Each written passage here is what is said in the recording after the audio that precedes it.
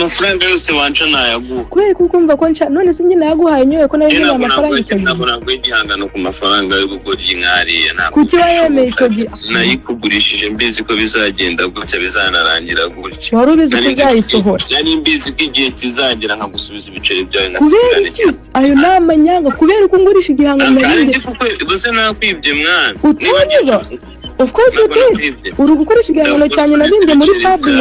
n'izina ry'Imana ndayagusubiza ubwo ntuyanga nyine ugiye kundega ntabwo nshaka amafaranga y'Yampano twumvikane neza ngo yareke rero nkeneye kumereza indirimbo yanjye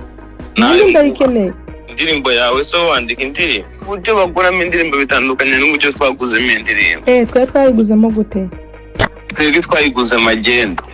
kubera ko yemeye ko y'amagendo se gute magendo kandi ari ibihamya bigaragara ko nakwishyuye niba ngibi niyo waba uri kondikodinga bigiye mu mategeko ko ntabwo babishingiraho Marine ko n'ubu ngubu nari maze no gupanga n'abantu natangiye no gukora muri process yo gukora video ngomba gufata my time uragira ngo gufata igihe cyanjye ntabwo ari wowe ntegeka ngayo nguko ngira ngo mwumvishe iyi saga iri kuba hagati y'uwitwa Yampano Wabo ni saga iri hagati ye we n'umukobwa witwa Umuhoza Aline uba muri Amerika ariko akaba yarabaye no mu Rwanda ngira ngo mwumvishe call yabo ngira ngo wumvishe call ya Aline na Yampano urumva ko nta nubwo bari kumvikana nta nubwo bari guhuza ibi ngibi rero Umuhoza Aline akaba yafashe umwanzuro yuko ibi bintu ngagiye kubishyira muri RIB ngira ngo mwumvishe akantu gatoya barimo badiringa ariko wumva ko Yampano akomeje gufunga umutwe amubwira uti ntago ngewe niyo wajyana iyi koro muri RIB ntago ibingibi babishingiraho reka mbabwire ukuntu byatangiye aho byahereye kugira ngo bigere ahangaha reka wowe unteze amatwi nkuvire imuzi n'imuzingo icyo nkusaba wowe unteze amatwi ni ukumpa umwanya ubundi ukaza guhaguruka aho ngaho umenye amakuru ya Yampano umenye ibiri kumuvugwaho aho byahereye kugira ngo bigere kuri uru rwego ukuntu bimeze mu mwaka wa 2023 nibwo umukobwa witwa Umuhoza Aline yitabiriye ubukwe muri Leta Zunze Ubumwe za Amerika ahura n'umwe mu bahanzi bashimye inganzo ye hanyuma amusaba ko yashyira imbaraga mu kwihangira ibihangano bye byinshi uwo muhanzi bahuriye muri Amerika yamubwiye ko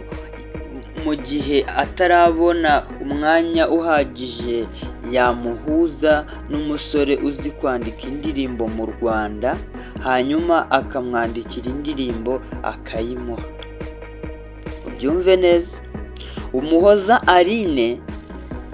asanzwe aririmba mu bukwe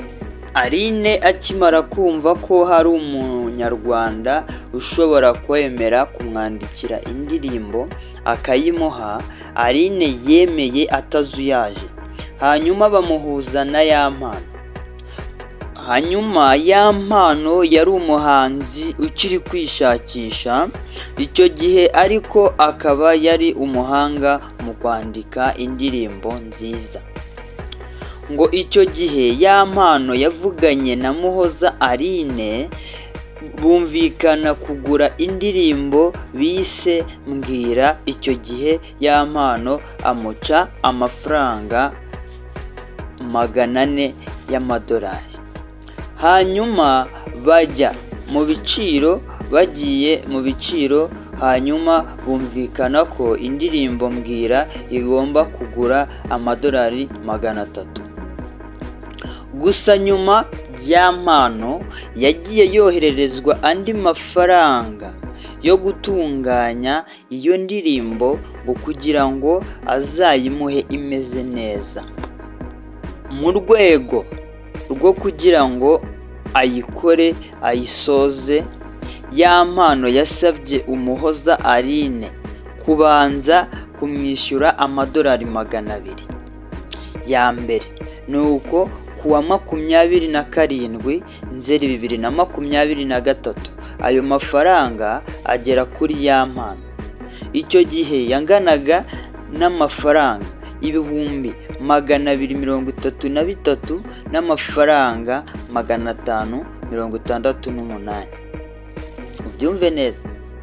Ku itariki 3 Ukwakira 2023 Yampano yahawe andi madolari 100 yari yasigaye, nawe asigara akurikirana ya ndirimbo kugira ngo ayimuhe nk'uko babisezeranye.